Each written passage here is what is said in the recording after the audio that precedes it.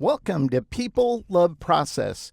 Over the last several weeks, I've been developing 2 sessions for an online Illustrator virtual summit.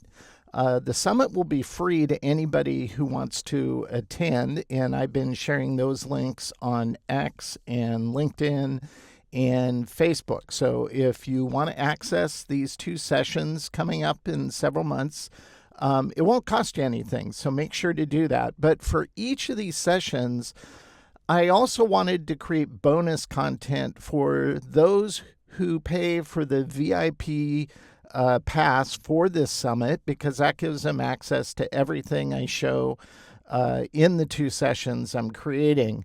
And because of that, I wanted to create kind of a step-by-step guide. So in this movie, I figured I need to create the artwork in order to create a step-by-step guide. So I'm going to create the artwork in this movie so you can see how to produce. Well, I should point out, one of the sessions is about designing iconic designs. Not icons specifically, although that's part of it.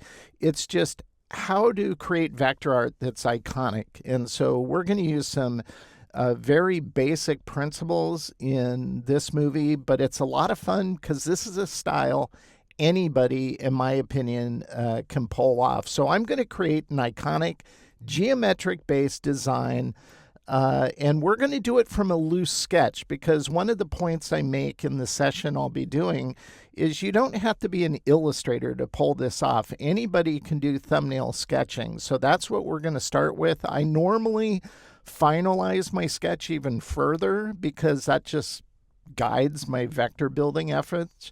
But in this case, I'm leaving it as a rough sketch. I'll then turn it in to a quick reference guide, once again in a PDF form. And there will be a break in between the end of building this artwork and how you could possibly use the artwork, and then me showing you the PDF. But I'll do some nice editing, so it'll just be seamless. And for you, you don't have to wait for that. It will be immediate. So with that said, let's get started. This is my sketch, and obviously I blew it up quite a bit. And I use a flatbed scanner, by the way, to do that. I didn't bother to put that image in here. But I take my thumbnail sketch, and this is literally maybe about as big, maybe a little bigger than a quarter. So we're not talking a huge sketch. I just blew it up in here so it's easier and it looks nicer in the movie and you can see everything rather than having to zoom in every time.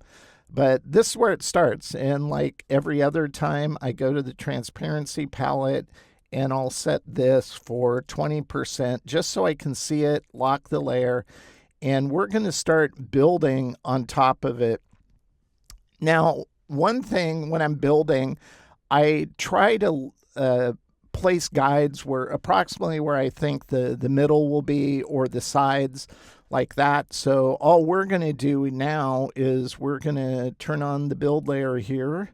And I'm going to go to my graphic styles because I'm just going to select. These are all preset in my new document profile. This is a 1.75, 0.5, 0.25. Then I have a dotted line and a dash line. That way I don't have to recreate the wheel every time I need that. I just click on it and adjust the settings. So we're going to do a 1 point here, and we'll go to elliptical shape, and we'll go to where we think the center is, and then I'll just snap it to the guides I have here. Now, because this is going to be a symmetric-based design, except for the top part with the moon and the stars. By the way, the title of this one is Night Owl. And we're going to also drop a center line because I find that snaps better than the guides, ironically. So we're just going to go to the line segment tool, snap it on this anchor, pull it down here like this. And the first thing I want to point out is notice how the guides look like they're running over the top of this layer, even though this layer is above the layer with the guides. Now, I used Macromedia freehand for 15 years before I was basically forced to switch to Illustrator because they bought out Macromedia and killed off freehand. I'm still a little bitter about that because fundamentally, it was an easier app to use to build and create vector art. You didn't have a lot of weird problems like you do with compounds in Illustrator. They just worked in freehand until you told it not to be a compound. It was super easy. They had sublayer selection that's still 15-year. Well, I've been using Illustrator longer. I've been using Illustrator since 23 years now. So quite a bit longer, 8 years longer than Macromedia, but sub-selection in Macromedia, even back then, is superior than what it is in Illustrator. So that said, why am I bringing this up with the guides? Well, guides inside of Illustrator, if I unlock our layer here, are considered objects. That means if you group something and there's a guide in there, you can embed a guide into your art. And if you try to copy and paste in your document, at times you'll get an error saying it exceeds the bounds of your document, and it's because there's a guide in there. And there's easy ways. Let's say you don't want these guides. Well, you can just go up to View, you can go down to Guides, and there's a Clear Guides command here, and you can just go, boom, clear it. Okay, well, that's easy enough to do, but I don't always want to just delete my guides. I just want the ability to turn them off. And in Macromedia freehand, guides were assigned their own layers. So you could do just that. When they got in the way, you just click the layer and turn it off. But not in Illustrator. You can place them on their own layer, but as you're building, it's just easy, but it won't put new guides on that same layer. So it just doesn't work the same. And so when it gets in the way like this, what I did, and I had this script written for me back in 2014. I've been using it ever since. I just updated it because what it used to do is it used to create a layer called guides, move all the guides wherever they are in my document to that layer, and it provided me at the same workflow as freehand provided me, and it's really nice. But it had, notice I always use, except for my X layer, I always use medium blue as my layer color. And in that script, I forgot to tell the scripter, could you color it blue? And he colored it green. I've been using it that way. And then I was, knowing I was going to share this, I'm going, man, it bugs me. It's green. I go, wait a minute, I can fix that. So I just went into the code, saw where the color was, and changed it to the medium blue color. So I fixed that. So now it will do it. So how does that script work? Well, you don't have to select anything. It just knows what a guide is. These are all guides, and these are in this file. So if I wanted to not just delete these, I could go File, I could go to Script, and we have a script called Move Guides to Layer. I can click it, and boom, that's what it does. It creates a layer called Guides, puts it at the bottom, and that way I can just click it off when it gets in the way. So as I'm building, because it's obscuring my line there, I'll just click it off like that. So it's really great. It's a nice little custom script I've been using for years. And I want to show you why this is important, because you might have run into some of this. Let's turn on this tab here for this file. As you're building, you're going to use guides, whether they're horizontal guides or vertical guides. And as you're building, you'll use them, move on to something else, and they might still be in your file. You might have this layer turned off and you kind of forget about it. Or maybe you built something prior in your own X layer.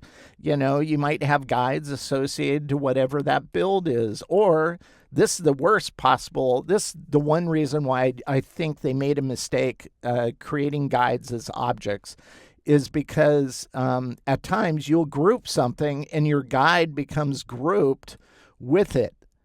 And if we go all the way out, you can see this guide is going to go all the way out to the end of the document box itself, not just the artboard, but the entire document bounds, and that's where it can cause problems. So the script will remove these guides and push them to their own layer. Or maybe you decide to take an object and create a guide from it. At certain types of building, you might want to do that. And if you didn't even know you could do that, let's take this shape here. and we'll go over to View, we'll go down to Guides, and we'll go Make Guides. So it's Command 5. You want to use the keyboard command, and so you can turn any vector object into a guide. And maybe this is why they decided to make them objects, although in freehand, I could do this, and it didn't mean that guides were objects. So whatever. So anyway, there's that where you might have some of those you forget about, or maybe you just completely forget you had a guide. I know I've done this where I'm working on the artboard and it's kind of getting cramped, so I'll just scoot down off the artboard and I'll create something off the artboard and I'll use a guide, but then when I'm done, I forget this guide is here because when I'm focused on the artboard, it's out of sight, out of mind. Well, my script will resolve all of this. So all we have to do is go File, go Script, and go GS Move Guides to Layer, click it, boom, it's done, it's instantaneous. And of course, if you want to just delete your guides, you can just go to View, Guides, and Clear, and it'll just wipe them all out wherever they are in your document. In this case, let's say you want to save them. So all these guides now are on their own layer, is showing here. I probably wouldn't keep all these guides. I just wanted to show you it didn't matter if it was grouped, like with this shape, it'll remove it and put it on its own layer.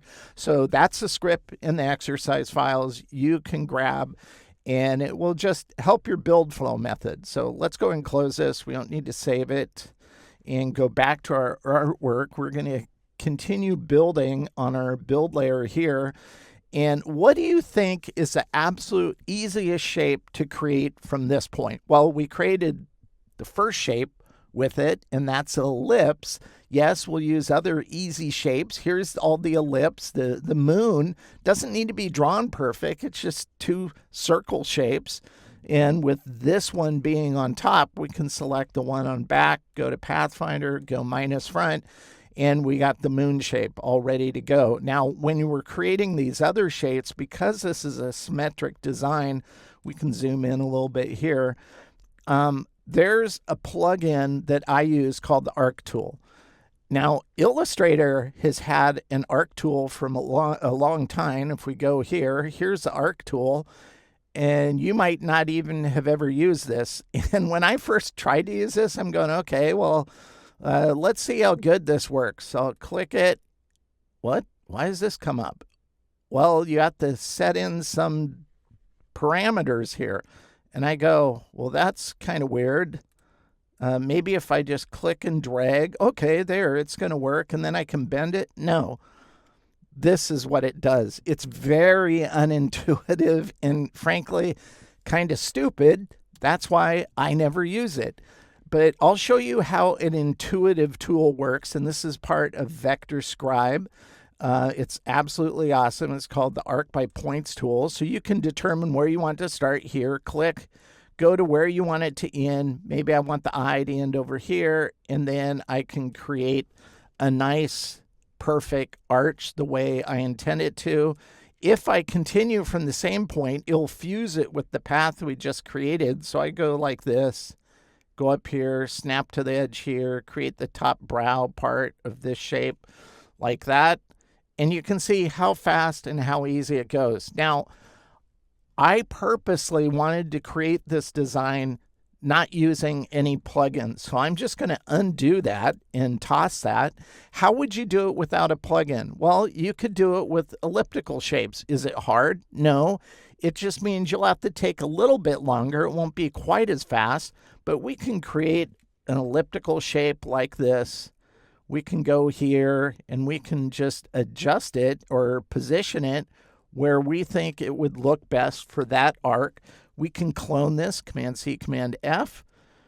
And by the way, let me try something. I'm going to take this and snap on this anchor point, find the center part, snap it there, go to rotate, focus it on that same anchor, then adjust my circle to where I want it positioned, like that. That looks fine. And because we have this anchor here, I can clone this, Command C, Command F, go back to rotate, select this, and rotate it up to get the top. So you can see if you just think in shapes and think about the existing features such as snap point to point. That's Smart Guides. Command U to turn it on, Command U to turn it off. When it's on, you hover over a path or an anchor, it tells you there. Hover over a path, it tells you there, and it snaps. Now, there's an intermittent bug in Adobe Illustrator that after 13 years of documenting this with Adobe, showing their engineers it in person so they can experience it when I was in India, they finally showed me the roadmap for how they're going to finally fix snapping. And I think they are serious, and I think they're only serious because big multi-million-dollar ad agencies have complained about it. That seems to be the only thing that moves the needle. So it's good news, but should have happened about a decade ago. Let's do some more elliptical shapes here. We'll do the eye itself. So we'll go smaller, maybe a little too small, go a little bigger, like that. This is where my drawing wasn't perfect. I want it more almond size, kind of like that. So all we're doing is elliptical shapes here. It's probably the one shape building tool I use most. Now this next one for the eye, again, this is where I would go to a plugin, but we don't have one, so I'm not using one, that is. So I'm going to go like this, and then I'm going to go to Keyline View. Keyline View is Command Y or Alt Y, whatever it is on a PC, like this. And this just shows you the outline. And if you just drag it up right until it overlaps right there about, that's all you need to do. Is this hard to do? No. Is it precise? Well, you're kind of eyeballing it. Keyline helps you, but it's still eyeballing it. It's not a guarantee it's going to be exactly where it should be. But I think that's close enough. Now, let's do this. I'll just select this. I'm going to create a temporary layer. And I'll call this temp. Yes, I'm this sensitive about my layer colors. Turn off. Okay. So I'm going to copy this. We'll turn that off, and I'm going to paste it, but I'm going to move it down to here as if we just created it. This is what I normally do. I start off with the size I want. Then I go up to the direct select tool. I'm sorry, the selection tool underneath it and go snap to collision tool. This is Astute Graphics plugin. And it allows me, with this tool selected, I can grab this shape, move it up, and boom. See how it just anchors in at the tangent, and now it's perfect. I don't have to worry about it. I know it's going to work. I know it's not off base, and I just know it's going to work. Now, if I think it needs to be, let's say, a little larger, like this, I'll usually move it away, go back to this tool, snap to collision, and drag it up until it snaps again, and then I know it's perfect. So that's how I do use plugins. You don't have to. Plugins just make it go faster, absolutely precise, and doesn't take quite a bit as long.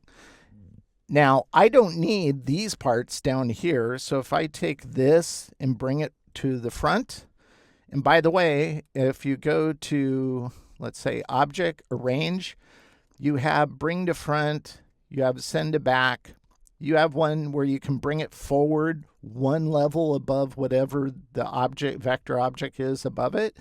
But I have these two as keyboard shortcuts.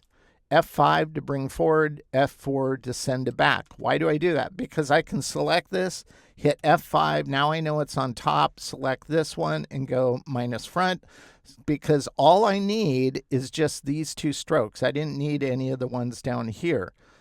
And then I can go ahead and select this object, clone it, Command C, Command F, select these, go to the, I always forget the name of this one, the shape building. I always want to say shape building tool, but it's shape builder tool. And then I can hold down Option and get rid of those paths like this. So all I have now is just that, which is what we want. And I make a copy of the shape. I didn't use the existing one because at times it'll add an anchor point to a path. And just to avoid it, I always make a copy. Like that, we can also take this shape and this one. And again, I'm just going to make a copy of this one first. So I'll just hit F3, which is my clone command, and select the eye, go to the shape builder tool, hold Option down, get rid of that, go over here, hold Option down, get rid of that. We don't need this one. And then I can grab that and delete it. So that's all we're doing. We're using strokes to build the majority of this artwork. And if you, again, don't have the arc tool that I showed you, and you don't want to use the lame arc tool that Illustrator created, I don't know anybody ever uses that, by the way. Just go to the pen tool, and we can just start here and go click, and then go to the anchor point tool. You can just pull on this, and then you can create your arch with the Bezier curves. So is it as fast as Astute Graphics arc tool? No. Is it a perfect curve? No, but it doesn't really need to be. I would prefer using a perfect curve here, but I think this will work good enough. Like that. And then the only part I'm actually going to use the pen tool to do any kind of square building is on the beak of this guy. And I don't want to bend or curve him. I want this to be pretty much the only thing in here that's straight. So we'll go something like this. And I'll just go ahead and clone it. Go to the reflect tool. Find a central anchor point, reflect it over. If I select both of these, group, double click to go into isolation mode. Select these two anchors, go Command J, that welds them together. Now it's one path. It's like a lazy upside down L, like that. And when I reflect these over, this will be in position as it's shown here. So again, it's hard for me not to go to these plugins because I use them all the time now, because it just speeds up the build process. Because I can just go to like this area here and I can snap here. I think it's going too straight. I'll do it right about here or so. And then I can just put a nice little arc in there like that. So I tend to do it that way, but we're not. I'm actually going to go back to the elliptical tool, because if I decide to get that same kind of arc, I think something like this. I think my drawing, it goes too far to the inside. So if I do something like that, and then I want to offset it, or it's called offset, but we want to actually do an inset. But you go to offset path, under object path, offset path. And this is positive. We're going to go, I don't know, let's see what 15 looks like. Like that. I think it needs to be more, maybe 25. And that looks pretty good. I think I'll go with that. Click OK. And again, I'll go ahead and select these paths, and we'll go ahead and do it without making copies of those. I'll hold Option down, changes it to minus. That way I can select this and go, I don't want that. Select this, don't want that. Select this, don't want that. And select this. By the way, again, that's the shape builder tool. And we have the side wings. Next thing we need to do is, I almost said leaves, the kind of the feathers on the chest of our owl. So I'll just kind of determine how far over I want these to go. Something like that. And by the way, I started with a circle because the Astute Graphics round. Sorry, I keep bringing up Astute Graphics. Their tools are just impeccably well designed. Because I can start with the circle, go to their rounding dynamic corners, and just go, no, it doesn't have corners, but it can. And I get my feather. Well, just think, instead of a circle, start with a square. And you can do the same thing. You just start with a different geometric object, in this case a square. So maybe you want it about that big. Then you can just isolate the handles or the corners you want, round them, and you get the same kind of scallop type shape. And then we're just going to go to the scissor tool, and I'll just cut this off because we don't need the line on top. We just need it to be like a letter U. And then these will have round caps at the end of them. So somewhere about there. And then I'll take this, I'll copy it, and I'll snap it here. Because I had the side of the original one, I'll just get rid of that. It just needs to come to that point. Then I'll select this stroke. Then I'll go back to the Shape Builder tool, hold Option down, and get rid of that to create that. Actually, I should have probably moved that up now that I'm thinking about it. Let me do that over because I have it too low to my sketch. Wasn't paying attention. So I'll bring this over. I want it to more align with my, now that I'm thinking about it, maybe it can just be smaller. So we'll just scale it down. It doesn't need to be so big. Yeah, I think that looks better. Then we'll get rid of that. Wait a minute. Where's the anchor on this one? Yeah, we're fine. Get rid of that. And then I can go ahead and select these two, go to the Shape Builder tool, hold Option down, and trim it. I think that looks better. Okay. We had this middle line just to help us snap things. We'll do the lines down here. We'll use the line segment tool for those. But on the stars, I want to show you probably a feature you don't use that much in Adobe Illustrator, but it's still a fun one to use. Is we'll start with the square. And let's go ahead and just create a square. Once you have a square, we'll just rotate it 45 degrees.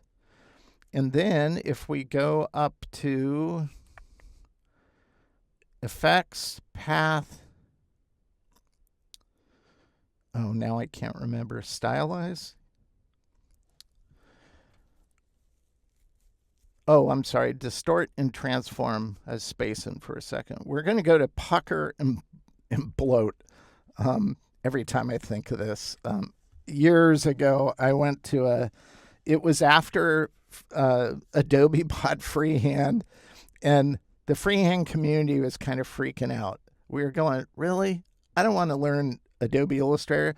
Fine. So me and this friend of mine, Jeff Pollard, designer out of Portland, we decided to go to a workshop offered up in Seattle to help Macromedia Freehand users transition to Adobe Illustrator, because just because it's vector doesn't mean there's any similarities. And boy, howdy, was that true. It was like completely foreign. Things weren't as intuitive. It was kind of a train wreck. And so we're there, and the guy's showing us Pucker and Bloat. And my friend Jeff, just to give you an idea of his talent, he designed the NFL Hall of Fame logo, designed Tiger Woods logo for Nike.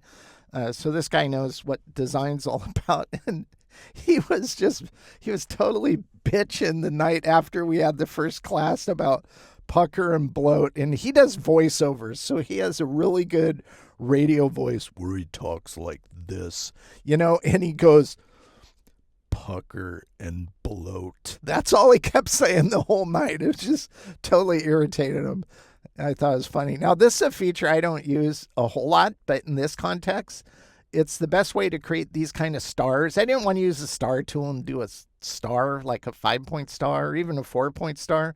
But if you start with a square, and then you can go positive like this, and you can get a nice 4-leaf clover if you wanted that. But we're going to go the opposite direction, and this will pucker it. The other one, the clover one, was essentially a 4-leaf clover. That was the bloat, and the pucker is, just think puckering. This looks like an orifice. It also is the kind of star I want. So that's what we're doing here. You know, if you didn't want it to be quite as much, maybe we go down a little bit like that. Maybe even more. 45 might look better. Yeah, kind of like that. 45. What? I thought that was 45. Let's punch in 45. Okay. Like that. And that's how you get your start. Now, this is just still a diamond with an effect applied to it. So once you get it aesthetically where you want it or what you want it to look like, you still have to go to Object and you have to go Expand Appearance to turn it into an editable vector object. So you still have to do that. And I think this is too close to this line down here because we're going to be kind of applying a weight to these. So I'm going to move this over a bit, kind of like that. And I'll make a copy. And we're just going to scale these down. So we'll have a large, kind of a medium. Make an error copy, and we'll make a small, just to create some distance of sorts. Like that. And I'm not going to recreate the wheel for the other side. I'll just copy these, go to a central anchor point, reflect them over, but I don't want a distinct copy here. We'll just change the order. So I'll put the big one here. I'll put this one down below, and maybe this one. We'll move this one up here. Something like that. And I'll adjust those if I have to once we figure out the weight of the strokes. Now I can take our original shape here. And by the way, I should point out on my sketch, I had the horn part of the owl, kind of this S-curve, and I decided, nah, I'm going to iconify it even more. And I actually wanted this to almost look like not literally an eye, but kind of an eye shape. So I changed the shape there. Oops. Make sure we just have the top one like that. I don't think I want a middle one, actually. I was just thinking maybe I should put them there, but I think what I'm going to do is just kind of figure out where it would make sense. I don't like them going over that far, so I think something right about here.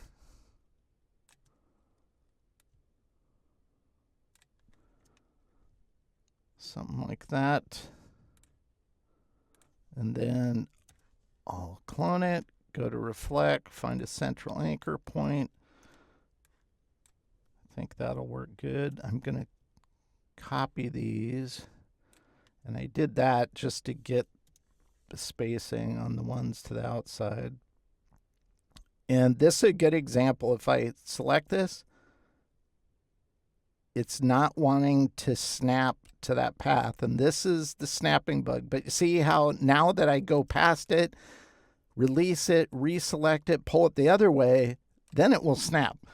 And it should snap regardless of what direction you're going or at what point you get to. So that's the bug.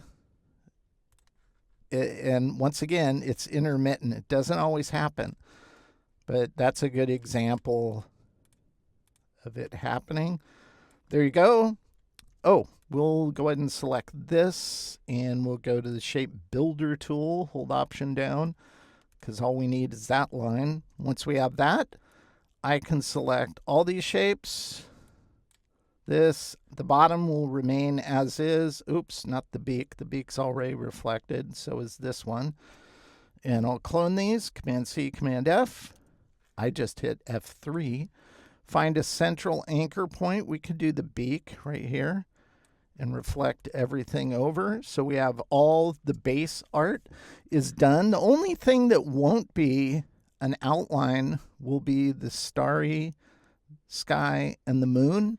All these are just going to be fills with no outline like that. And I won't be leaving these like ninja throwing stars up here with these dagger sharp pinpoints on top. That looks kind of ridiculous. This is where I would select each one of these.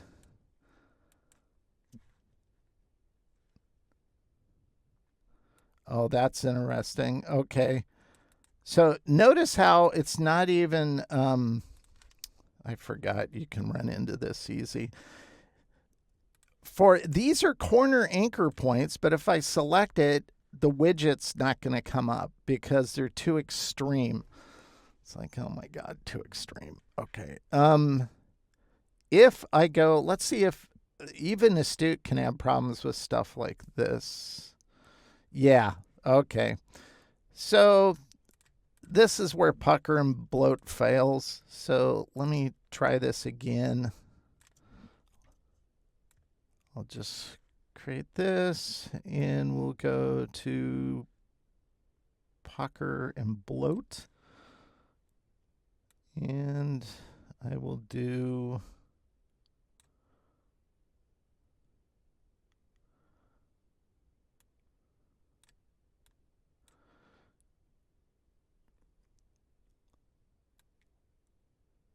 maybe I went too far.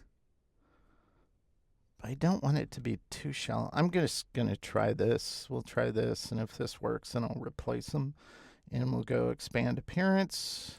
Okay, so see how it now will give us, it's not too, it doesn't taper as much. I don't even know the term to use. It's,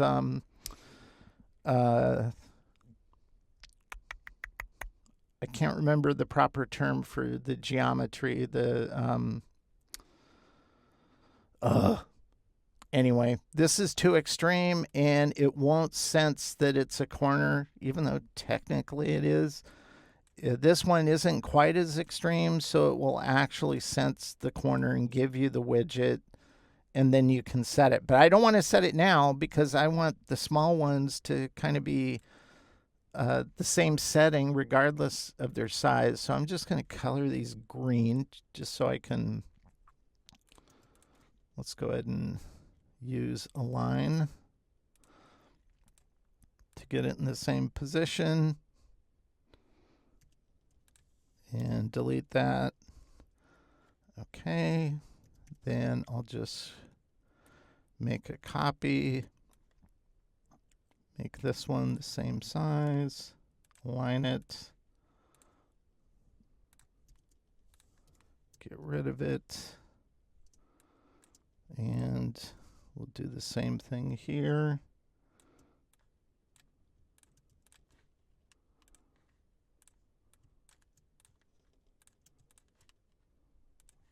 Okay. Now I can select these anchors. It's funny that I didn't run into that when I was playing around with pucker and bloat. So I want these to be subtle rounds. I just think this looks way more elegant than that. That's the only reason I'm doing that. But I want these rounds to be the same. I don't want these to get progressively smaller just because the size gets smaller. And because of that, I'm going to actually use dynamic corners because I can select these corners, click them, it copies the setting. Then, okay, here's a good example. So I can't, dynamic corners, even these are messing with that. So fine, whatever. Let's see what this diameter is, at least using dynamic corners, 0.168. So we'll just eyeball it because the corner widget doesn't have any way to copy an attribute and paste it onto another anchor. So we'll just go 0.168, something like that. That's fine.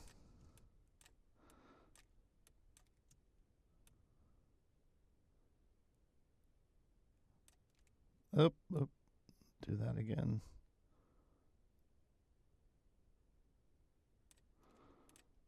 There we go. That looks good. By the way, I would do the same kind of rounding on the end of these as well. So we'll match like that. Get rid of those. Select these. Clone them. Find a central anchor point. Reflect them. Again, on these, I just want the orientation to be different. So we'll put the big one up here, this one here, and the small one down there. Okay, that took a little longer than I thought it should. Okay, so this is essentially the base vector artwork. The only thing filled is the moon, the stars.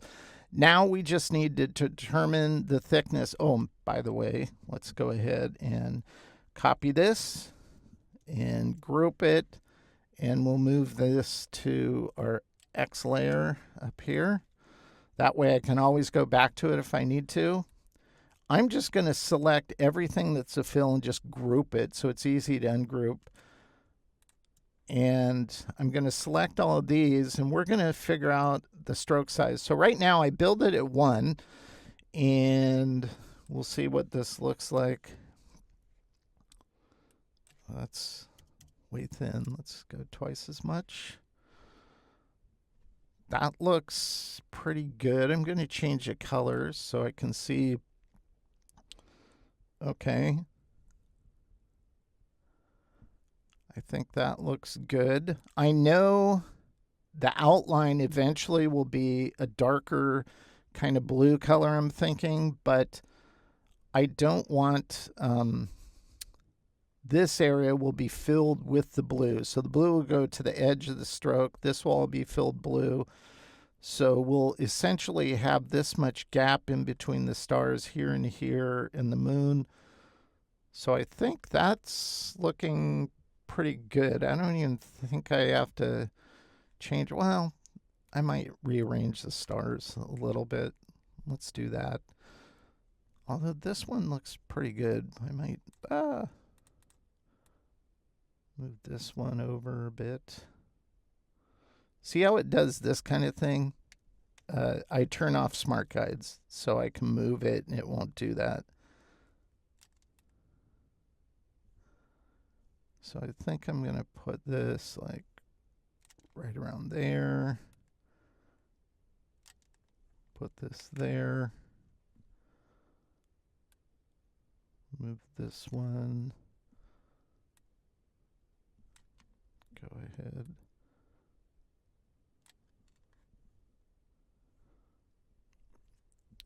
I think this one needs to go over further.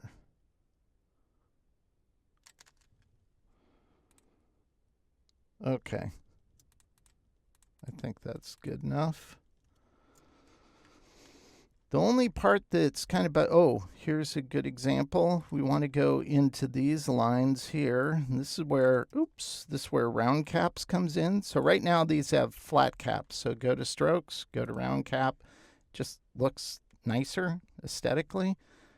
And again, I think these are a little too close to the beak. And I think actually having a round corner on this one rather than a perfect point, the tip of the beak.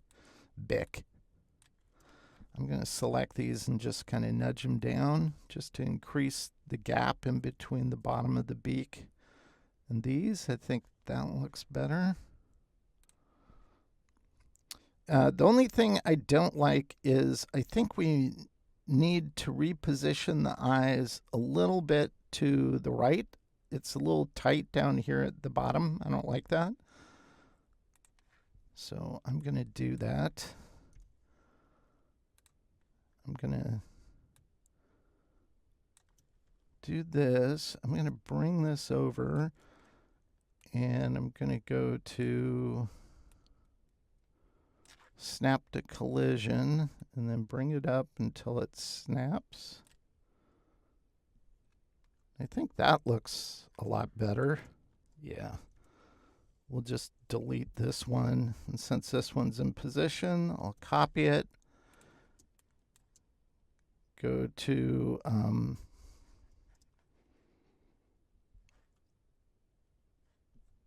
reflect tool. I'm going to find a central anchor point. Oops, helps if I turn on my smart guides. There we go. And yeah, that looks a lot better. So we've determined the size of our strokes. Now, it's usually at this point, and I debated if I should walk through this, but I could just expand these and fuse them all together using Unite. But before I do that, I want to kind of show you what I usually do, because it takes a little time to do this, but I think it produces cleaner art when it's all said and done.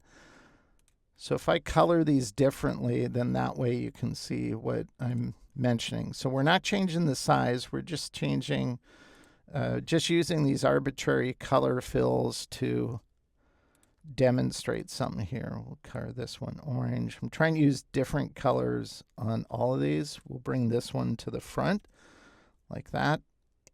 This one we'll leave. We'll use green on this. We'll use blue on this one, and we'll make this one that, and we'll use blue here, and this will be blue as well. Okay, so this helps you see how all the paths, this one doesn't matter, this one will be fine. What I usually do is I'll do this, something like this. These down here won't really matter either. Although on these, because they have the round tip, you might get a point on the outside here, the outside circle. So I would select the bottom anchors and just do several nudges up, and that would ensure it won't add an anchor point once to this path at the bottom edge, like that. So I'll set it up kind of like this, and just because I'm making a how-to, oh, I built all those on a separate layer. Okay, let's do this and move them back to this layer.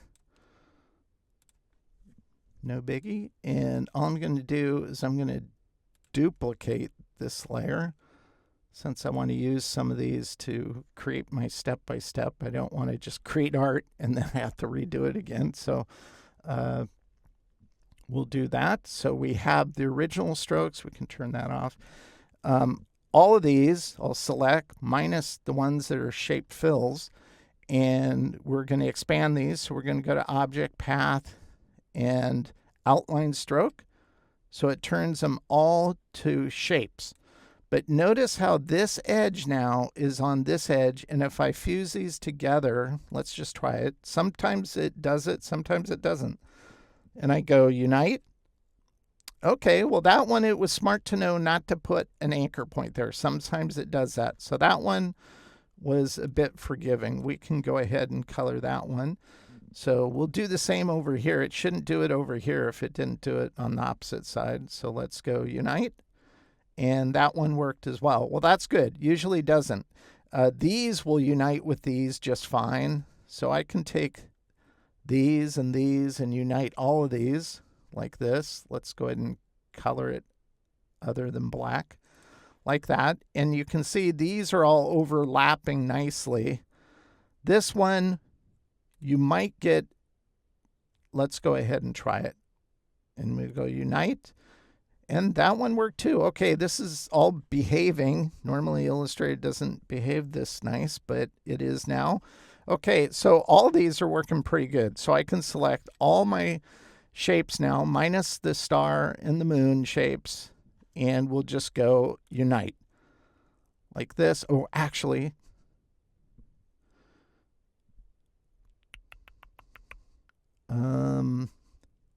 I'm just thinking about the step-by-step tutorial I have to do. I'm going to undo everything I showed you applies. I'm just going to undo it like this. Okay. Then I'm going to go ahead and go duplicate, turn off that one, select everything, deselect the moon and stars, unite all of this, and we'll color this blue. Actually, let's just color it black for this point. And, oops, we colored that line. Color the fill black. Okay, now we're going to create the base black and white. So I'm going to go to Object. We're going to go to Compound Path. And notice I have one for Make.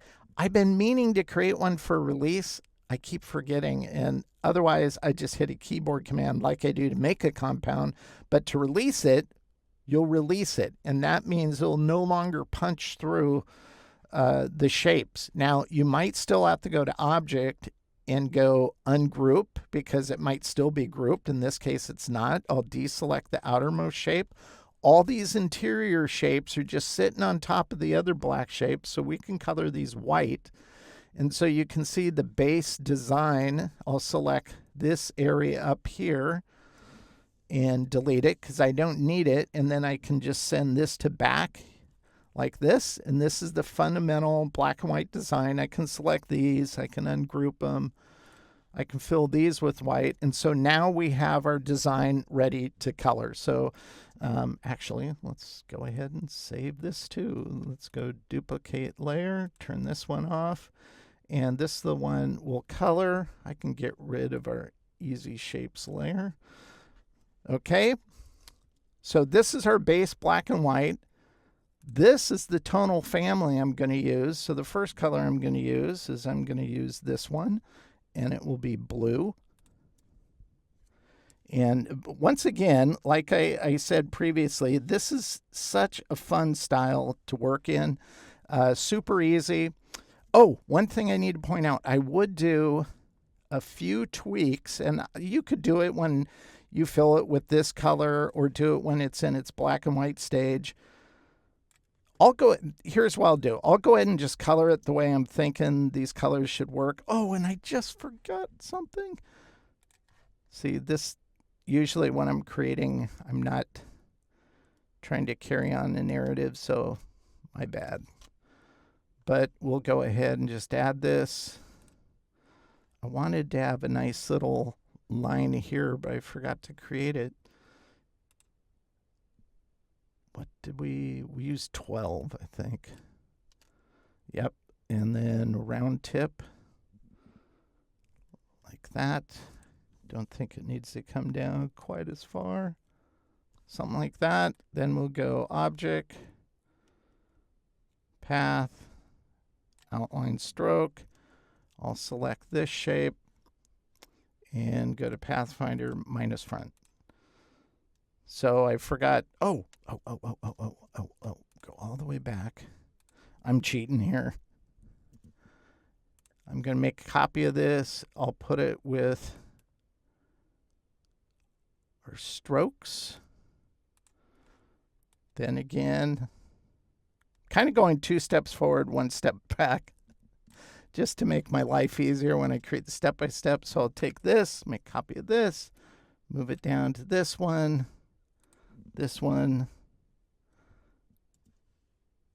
you know, because the step-by-step, I don't want to make a mistake in that. So this will mean I won't forget to do any of this. Okay, so we'll go minus front. There, that's what I wanted. We'll go ahead and color it, but ultimately, I would tend to do this kind of subtle rounding that I want to show you in the black and white form, but because we're already kind of into color, I'll just color this. So we'll make this blue. I'm using all kind of naturistic colors, dark green, lighter green underneath. Because we have a moon, we need to have a moon color. So that's where the gold kind of color comes in. And of course, his beak needs to be that color. And, oh, what? How did I forget to do that? Well, nuts. I'm going to have to fix that. I'm making a lot of mistakes. because I think I'm going a little too fast. Let's go back to this one. What? I thought for sure I rounded those. I swear I rounded these. Maybe I didn't. Okay, well, let's do this. Let's go. And this is why I save steps as I'm creating content. That way I can always go back. Okay, that's kind of what I wanted. So I'll select this, select this, select this, this, this, and this. I'm just going to copy it. And this is why I have an X layer, because I do this kind of stuff all the time when I screw up. So, and we'll paste it. So it's all in place. I'll just go ahead and go to outline stroke, and I'll go ahead and go unite. I'll double click, grab the shape I want, copy it to the clipboard, get rid of everything else. This shape can be replaced now. There we go. So a good habit to get into. So if you ever make a mistake, you can always go back and deconstruct your own artwork and correct it. I think everything else is fine. Let's just finish coloring it, and I'll show you the subtle rounding. So we'll color these. Will be green.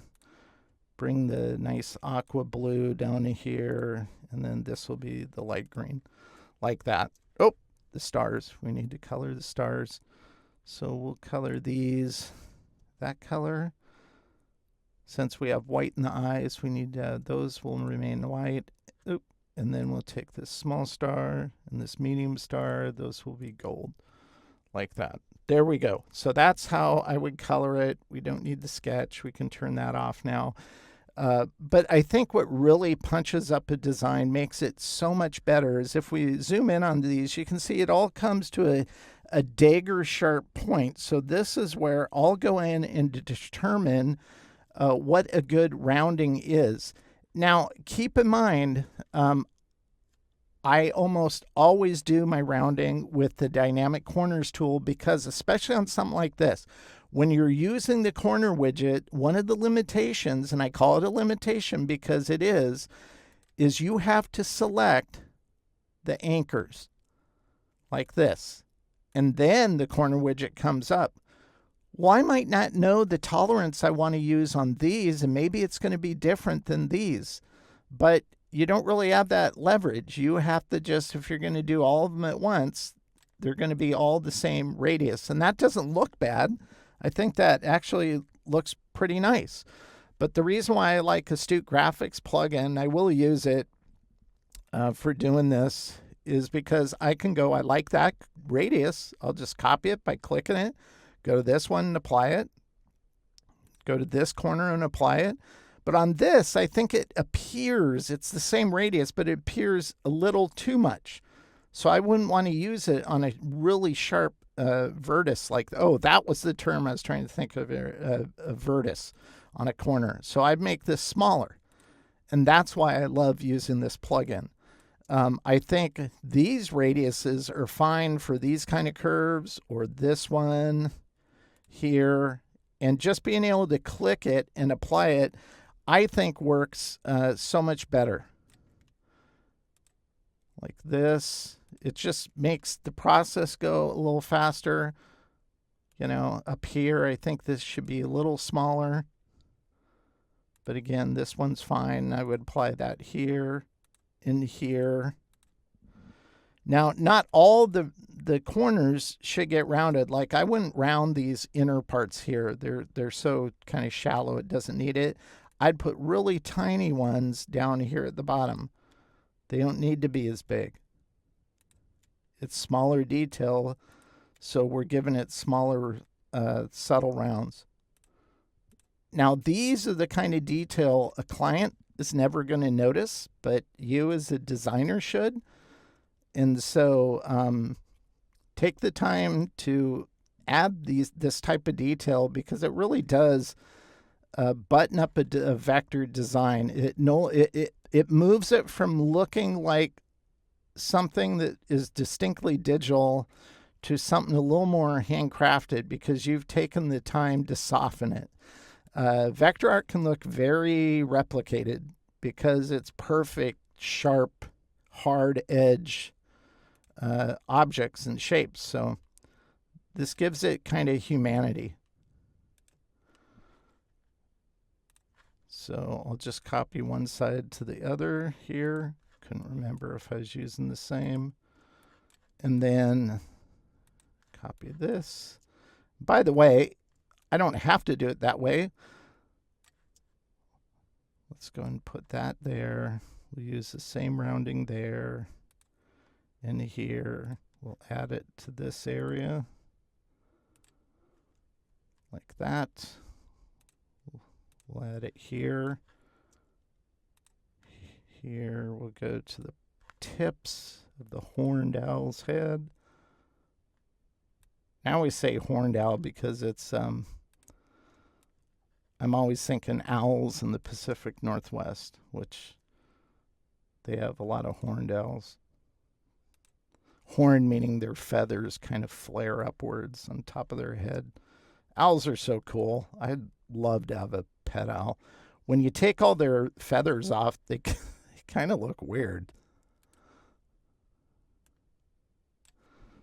Okay, there we go. So we did everything on the right with the eye and stuff. So if you wanted to, we just select these shapes. We don't need to always just copy from one side.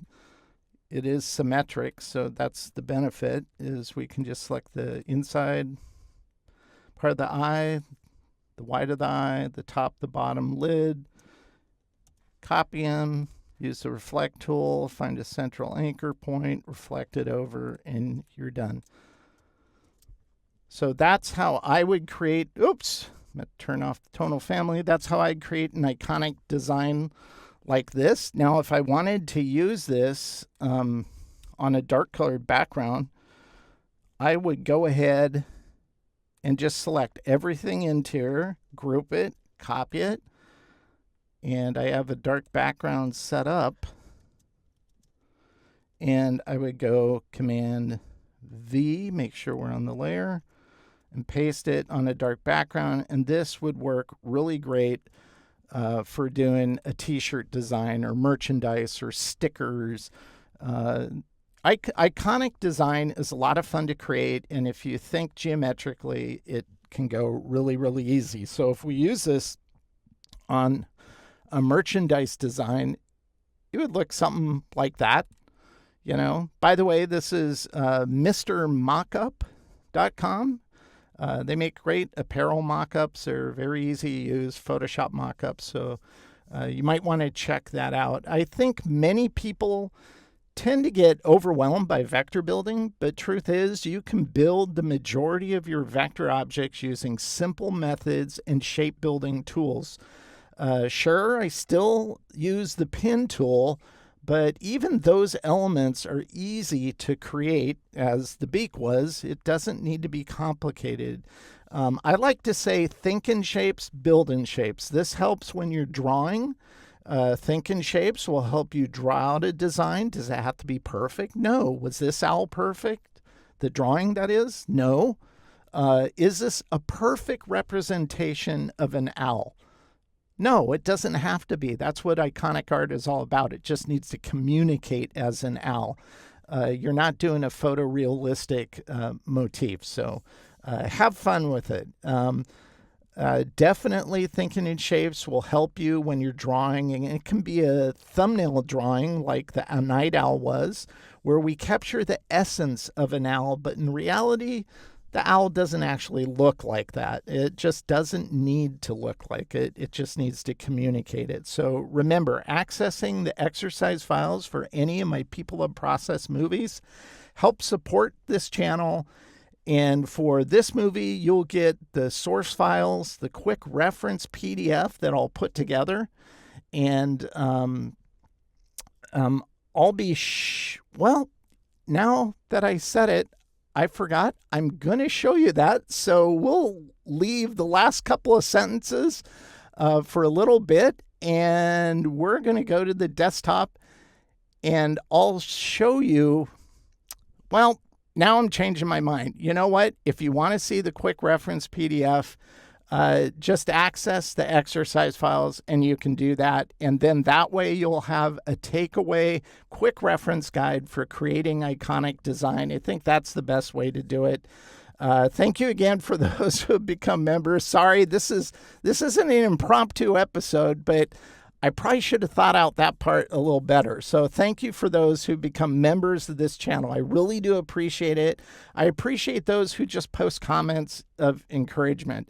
That helps me a lot. I get overwhelmed at times creating content just because I have a real studio to run, and at times it's hard to fit things in. So I appreciate you being understanding of that context. Until next time, thank you for watching People of Process.